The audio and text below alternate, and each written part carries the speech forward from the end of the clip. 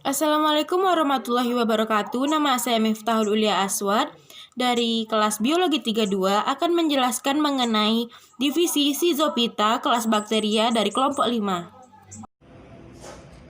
Assalamualaikum warahmatullahi wabarakatuh. Saya Sylvia Wayuni dari kelas 32 Biologi. Saya akan menjelaskan tentang divisi Schizophyta kelas bakteria dari kelompok 5. Di sini kami akan membahas tentang pengertian Schizophyta, ciri-ciri Schizophyta, apa saja klasifikasi Schizophyta, dan bagaimana cara hidup Schizophyta. Saya akan menjelaskan mengenai pengertian Schizophyta. Sesuai dengan rekomendasi dalam Kode Internasional Tata Nama Tumbuhan, nama ilmiah untuk divisi hendaknya diambil dari kata yang menunjukkan suatu ciri khas yang berlaku untuk seluruh warganya, ditambah dengan akhiran pita. Maka, kelompok ini yang ciri khasnya adalah berkembang biak dengan cara membelah diri, dinamakan Schizophyta atau tumbuhan belah. Dari bahasa Latin, scizere atau bahasa Yunani, schizein yang artinya membelah, dan piton Yunani yang artinya tumbuhan. Saya akan menjelaskan ciri-ciri Schizophyta. Menurut Citro Supomo, divisi Schizophyta atau tumbuhan belah selain berkembang biak dengan cara membelah, juga mempunyai ciri-ciri berikut seperti tubuh hanya terdiri atas sebuah sel saja, protoplas belum terdiferensiasi dengan jelas sehingga inti belum tampak nyata. Demikian pula dengan plastidanya. Tumbuhan belah dianggap sebagai kelompok tumbuhan dengan tingkat perkembangan filogenetik yang paling rendah. Jadi, dari segi evolusi merupakan kelompok tumbuhan yang paling tua dan paling primitif.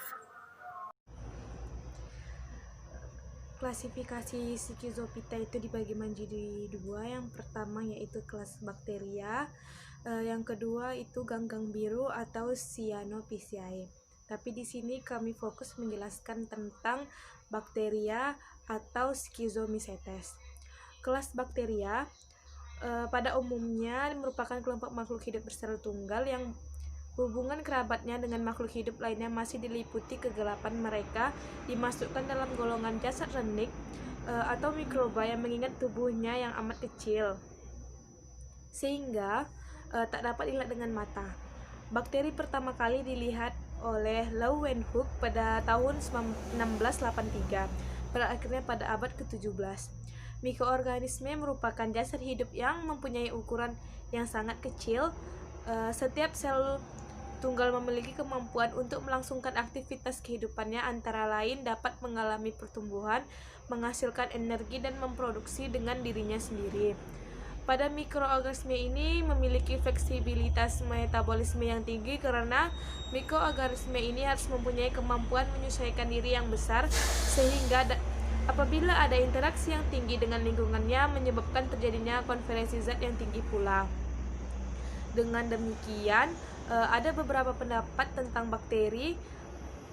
Dapat disimpulkan bahwa bakteri merupakan kelompok bersel tunggal dengan jasad hidup yang mempunyai ukuran yang sangat kecil sehingga tidak dapat kita lihat dengan menggunakan mata secara langsung. Dengan ukuran yang sangat kecil ini kita dapat melihatnya dengan menggunakan alat, yaitu dengan mikroskop. Perkembangan bakteri pada umumnya perkembangbiakan secara vegetatif atau aseksual dengan cara membelah diri. Setelah selesai pembelahan, sel-sel anakan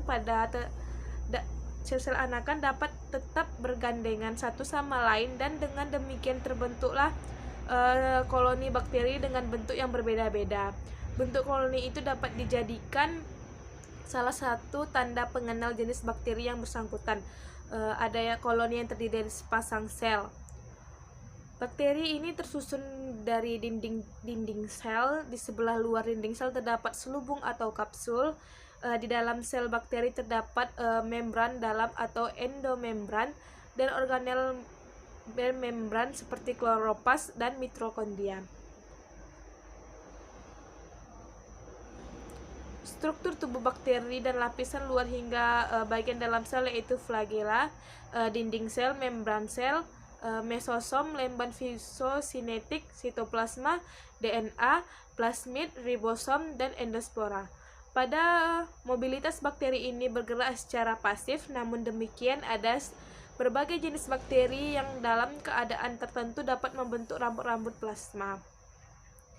yang menembus keluar dinding, dan adanya rambut-rambut plasma ini memungkinkan bakteri bergerak aktif dalam medium cair. Rambut-rambut itu lazimnya dinamakan bulu cambuk atau flagel, yang jumlah dan letaknya pada tubuh dapat berbeda-beda. Jadi pada perkembangan biakan dan bakteri tersebut dapat kita simpulkan bahwa bakteri ini setelah membelah diri membentuk koloni yang berbeda-beda. Dengan begitu dapat dibedakan dari jenis-jenisnya tersebut. Menurut Wardani, bakteri memiliki ciri-ciri. Yang pertama terdiri dari satu sel, yang kedua tubuhnya sekitar 4-8 mikron, yang ketiga bentuknya ada yang bulat atau kokus, batang, basil, dan spiral atau spirilium. Yang keempat, bakteri berdasarkan cara hidupnya dibagi menjadi dua, yaitu bakteri autotrof dan bakteri heterotrof. Yang kelima, bakteri heterotrof yang bersifat sporofit dan parasit. Yang keenam, bakteri berkembang biak dengan dua cara, yaitu secara seksual dan aseksual. Secara seksual dengan cara konjungsi, sedangkan aseksual dengan cara membelah diri. Dapat disimpulkan dari ciri-ciri bakteri tersebut bahwa bakteri merupakan organisme dengan perkembangan filogenetik yang rendah dan memiliki satu sel. Ternyata selain memiliki ciri-ciri bakteri tersebut, ini juga mempunyai bentuk. Menurut Vivendi, bentuk-bentuk bakteri yang pertama yaitu bentuk batang sebagai basil. Bentuk ini dibagi menjadi tiga, yaitu bakteri hanya satu tunggal, misalnya Salmonella typhi. Diplobasil yaitu bakteri berbentuk batang yang bergandengan dua-dua. Yang ketiga yaitu Streptobasil, yaitu bakteri berbentuk batang yang bergandeng memanjang. Yang keempat Streptobasil, yaitu bakteri berbentuk batang yang bergandengan memanjang membentuk rantai, misalnya Bacillus anthracis, penyebab penyakit antraks. Yang kelima, bakteri berbentuk bola dikenal sebagai sosus. Bakteri ini juga dapat dibedakan menjadi monococcus, yaitu berbentuk bola tunggal, misalnya Neisseria gonorrhoeae, penyebab penyakit kencing nanah. Yang ketujuh, Diplococcus, yaitu bakteri berbentuk bola yang bergantung dua-dua, misalnya Diplososus pneumonia, menyebabkan radang paru-paru. Yang ke-8, Sarcina, yaitu bakteri berbentuk bola yang berkelompok 4-4 sehingga bentuknya mirip kubus. Yang ke-9, Staphylococcus, yang bakteri berbentuk bola yang berkoloni membentuk sekelompok sel tidak beratur sehingga bentuknya mirip kumpulan buah anggur. Yang ke-10, bakteri berbentuk spiral. Yang ke-11, spiral, yaitu golongan bakteri yang bentuknya spiral, misalnya Spirillum. Yang ke-12, fibro. Fibro ini dianggap sebagai bentuk spiral tidak sempurna, misalnya Fibrosolera, penyebab penyakit kolera. Yang ke-13, Spirocesta, yaitu golongan bakteri berbentuk spiral yang bersifat lentur. Pada saat bergerak, tubuhnya dapat memanjang dan mengerut. Salah satu klasifikasi bakteri yang dianut dalam taksonomi adalah yang pertama, bangsa Pseudomonadales, sel-sel berbentuk peluru, batang yang lurus atau bengkok, atau berbentuk spiral, kadang-kadang bergandeng-gandeng berbentuk rantai.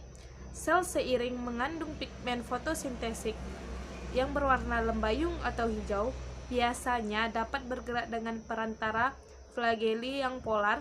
Bangsa ini meliputi suku Thiorhadaceae, Nitrobacteriaceae, Metanomonaceae, Thiobacteriaceae, Pseudomonadaceae, dan suku Spirillaceae. Yang kedua, bangsa Chlamydomabacteriales, yaitu sel-sel berderet-deret seperti benang. Seringkali deretan sel itu diselubungi satu sarung. Sel yang terlepas dari koloninya dapat bergerak bebas. Dalam sarung koloninya sering terdapat senyawa-senyawa besi, Bangsa ini diantaranya yaitu Chlamydobacteriaceae dan suku Strenatriaceae.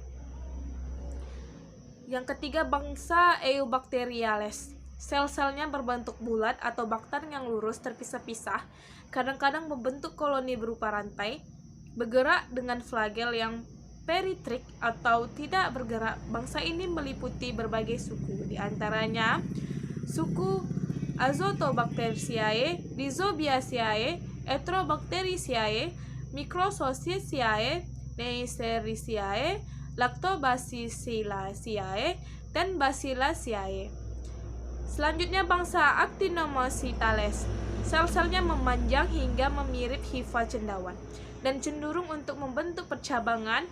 Dalam bangsa ini antara lain meliputi suku Mibacteriaceae, Actinomycetiaceae, dan Streptomycetiaceae.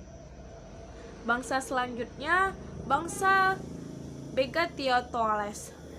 Seperti sel-sel kokus atau berbentuk benang dengan butil belerang dalam sel atau pada permukaannya, bergerak meluncur, berkelok-kelok atau berguling, tidak mempunyai flagel. Yang termasuk dalam bangsa ini yaitu Begatiotacea. Selanjutnya bangsa Myxobacteriales, yaitu bakteri lendir. Sel-selnya berbentuk batang yang lentur, merayap pada substrat yang padat, berbentuk koloni yang tipis, merata pada substratnya yang tampak seperti lendir, dapat membentuk tubuh-tubuh. Bangsa ini meliputi berbagai suku, di antaranya Cytopagaceae dan suku Myxozoaceae. Selanjutnya bangsa Spirosateles atau bakteri spiral. Baiklah, saya akan menjelaskan mengenai cara hidup Schizophyta. Bakteri pada umumnya bersifat heterotrof, hidupnya sebagai saprofit atau sebagai parasit. Namun demikian, ada pula beberapa jenis yang mampu mengadakan asimilasi, jadi bersifat autotrof. Berdasar asalnya energi yang digunakan dalam asimilasi, bakteri yang bersifat autotrof itu dibedakan menjadi dua golongan, yaitu 1. Yang bersifat kemoautotrof, bila energi untuk asimilasinya kemosintesis diperoleh dari reaksi-reaksi kimia, misalnya dari proses oksidasi senyawa tertentu. Bakteri nitrit dengan mengoksidasi NH3, bakteri nitrat dengan mengoksidasi NHO2, bakteri belerang dengan mengoksidasikan berbagai senyawa belerang. 2. Yang bersifat fotoautotrof, bila energi untuk asimilasi fotosintesis diperoleh dari cahaya matahari, seperti pada tumbuhan hijau, bakteri yang dapat mengadakan fotosintesis atau adalah bakteri-bakteri yang mempunyai zat warna, dari golongan Thiotodaceae, bakteri belerang berzat warna. Bakteri yang hidup sebagai saprofit menggunakan sisa-sisa tumbuhan atau hewan substrat dan sumber kebutuhan hidupnya oleh kegiatan fisiologi bakteri yang menempatinya. Substrat itu akan mengalami proses penguraian yang biasanya disertai dengan timbulnya energi. Proses itu bisa disebut dengan pembusukan. Dari segi kebutuhannya akan oksigen, bakteri dapat dibedakan dalam dua golongan, yaitu bakteri aerob, bila itu hidupnya memerlukan oksigen bebas, sedangkan anaerob, bila hidupnya tanpa oksigen bebas. Nah, dari materi ini disimpulkan bahwa Schizophyta atau tumbuhan belah merupakan kelompok yang memiliki ciri khusus, yaitu berkembang biak dengan membelah diri, berasal dari bahasa Latin schizere atau Yunani schizein yang artinya membelah, dan piton yang artinya tumbuhan. Yang kedua, selain berkembang biak dengan cara membelah, Schizophyta juga mempunyai ciri-ciri yang tubuhnya hanya terdiri dari atas satu sel saja. Protoplas belum terdiferensi dengan jelas sehingga inti belum tampak. Demikian pula dengan Plasticidanya. Tumbuhan belah dianggap sebagai kelompok tumbuhan dengan tingkat perkembangan filogenetik yang paling rendah. Jadi, dari segi evolusi merupakan kelompok tumbuhan yang paling tua dan paling primitif. Selanjutnya, divisi Schizophyta atau tumbuhan belah dibagi menjadi dua kelas, yaitu kelas bakteri dan ganggang biru. Baiklah, sekian dari kelompok kami. Apabila ada kesalahan kami mohon maaf. Wabillahi taufiq wal hidayah. Wassalamualaikum warahmatullahi wabarakatuh.